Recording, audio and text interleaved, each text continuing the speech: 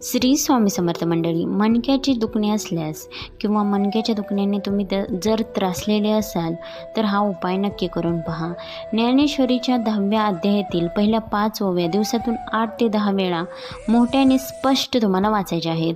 वाचण्याची पद्धत कशी आहे तर एका श्वासामध्ये 1.5 ओवी व दुसऱ्या श्वासामध्ये अर्धी ओवी तुम्हाला वाचायची आहे.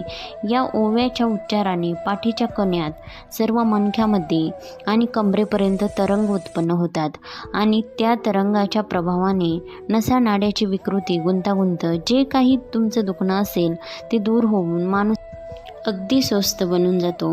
ज्ञानेश्वरीच्या वाचनातून उत्पन्न होणारे विलक्षण दिव्य तरंग अनेक रोगापासून मुक्तीला कारणीभूत होतात.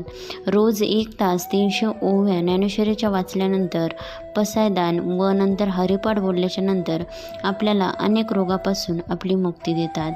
धन्यवाद.